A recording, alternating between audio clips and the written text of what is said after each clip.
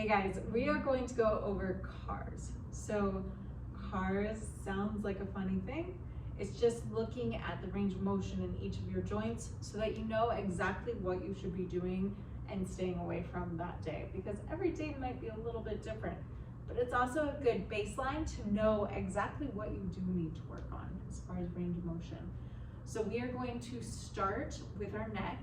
As we move through everything, if at any point you feel any pinching on the closing angle side, that's when you're going to stop and stay away from that movement.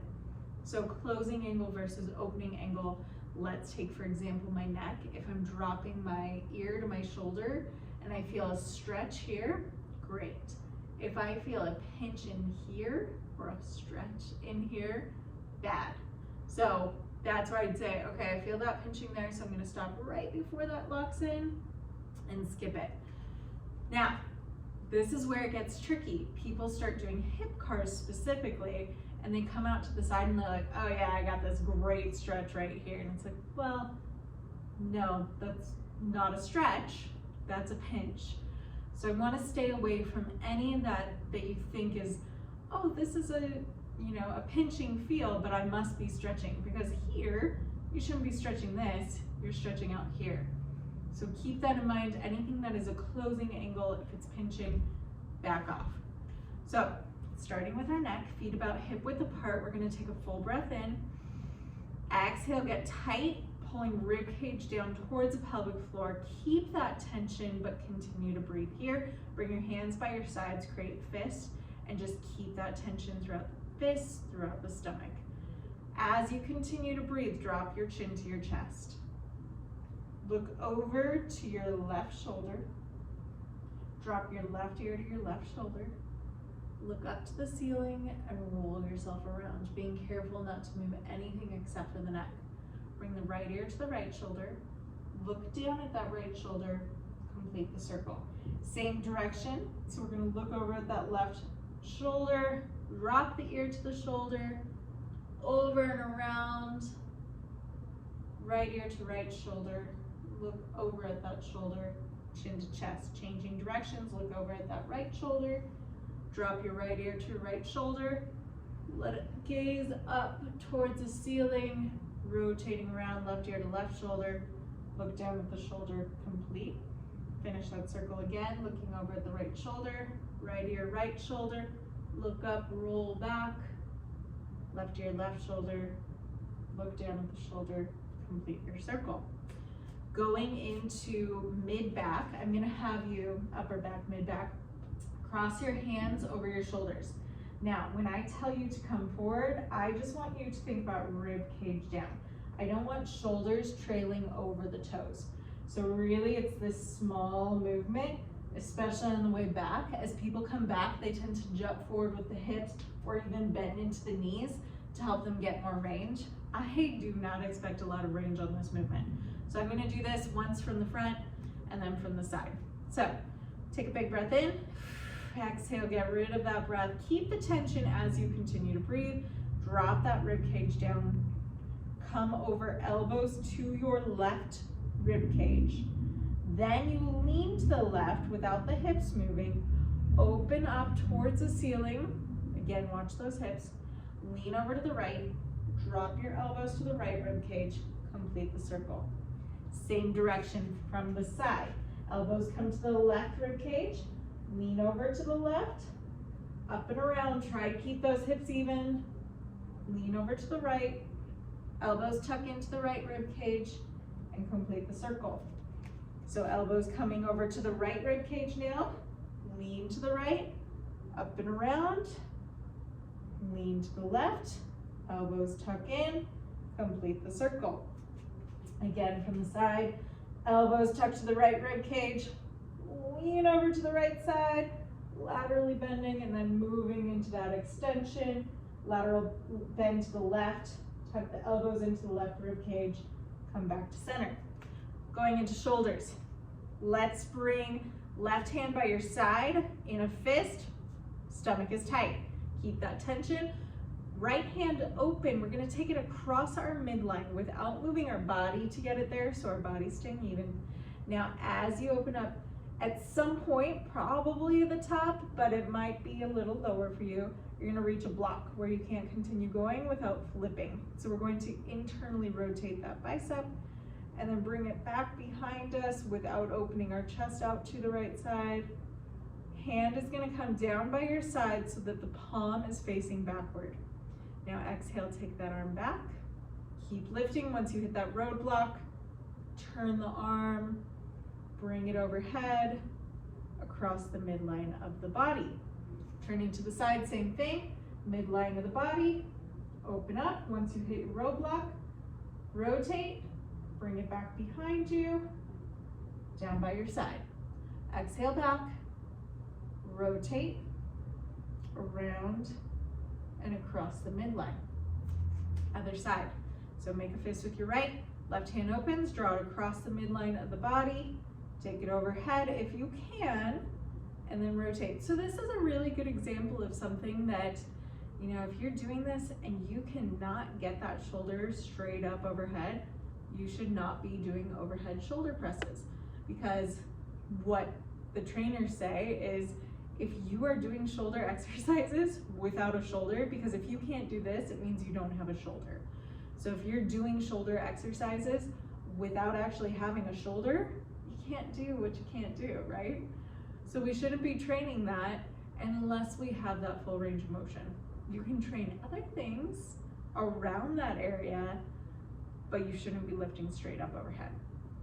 From here, we are getting into elbows. So I want you to flip your wrist up, palms pointing up.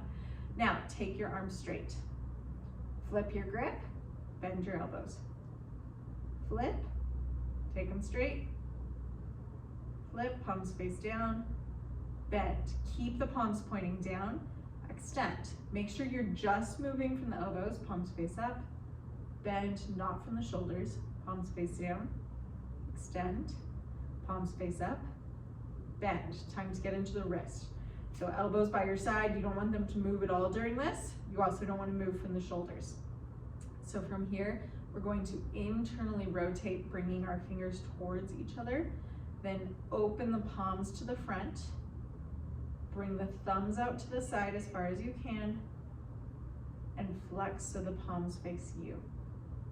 Come back around, fingers in, open, out to the side, and around, change directions. Open towards you, so fingers to the sky, then out as far as you can. Drop it so the palms face forward, in, up, out, down, in, and up. From here, getting into our hips, I want you to hold onto something for balance. You'll take your right leg across you. Now draw the knee and foot up like you're playing hacky sack. From here, and I'm just gonna irradiate with this arm and then pull this one across so it's not in the way. So from here, lift that knee a little bit higher without the hip hiking with you. Let that foot swing through. Drop your knee out to the side. And now the foot comes up as the knee comes down. Push back with that hip, keeping your stomach tight so you're not getting into back extension. Bring the knees together. Push the knee back behind you, out to the side like you're pulling it up to the armpit. Knee or foot swings through. Knee swings forward, lift the foot, extend. I'll do that one from the side so you can see what I mean with the back. So foot out in front of you, across the body, lift up like you're playing hacky sack. Keep that knee up, swing the foot through. Take the knee out to the side. We're not getting into back extension. You should be holding on to something for balance. Let that foot lift behind you as the knee tucks in. Knee pushes back. Notice I'm still upright, so I'm not here. I'm upright, I'm tucked under. Knee back, knees together. We're gonna reverse that. So knee goes back, pull it out to the side towards your armpit. This is where balance helps. And then shift it forward, pull that foot up, and extend. Let's switch sides. So left foot comes across. Pull up like you're playing hacky sack. Knee stays up, foot swings through. Knee goes out to the side. From here, foot swings back, knee swings forward, internal rotation. Push that knee back as far as you can without getting into back extension. Bring the knees together. Push the knee back. Knee out towards the armpit. And then lift it to the front. Foot swings through. Lower. Again, lift. Knee up. Foot swings down. Knee out towards the armpit. Swing that foot back. Drop the knee. Knees together. Knee back. Out to the side. We got this. Knee to the front, lift that foot and extend. Time to get into the knees. So I'm gonna bring you down so you can see. I'm gonna do it on the floor just because it is a little easier to stay straight into the knees as opposed to getting into other parts of your body. So what we will do here is bring your right arm underneath. The left hand is going to come so that you can grab onto the wrist or just grab both arms. From here, we're going to draw foot in, extend the leg, foot out, bend the knee. Foot in, extend the knee, foot out, bend. Keep that foot out, extend, foot in, bend. Make sure you're not moving from your hip for this one. It's all from the knee. Okay, while we're here, let's just stay.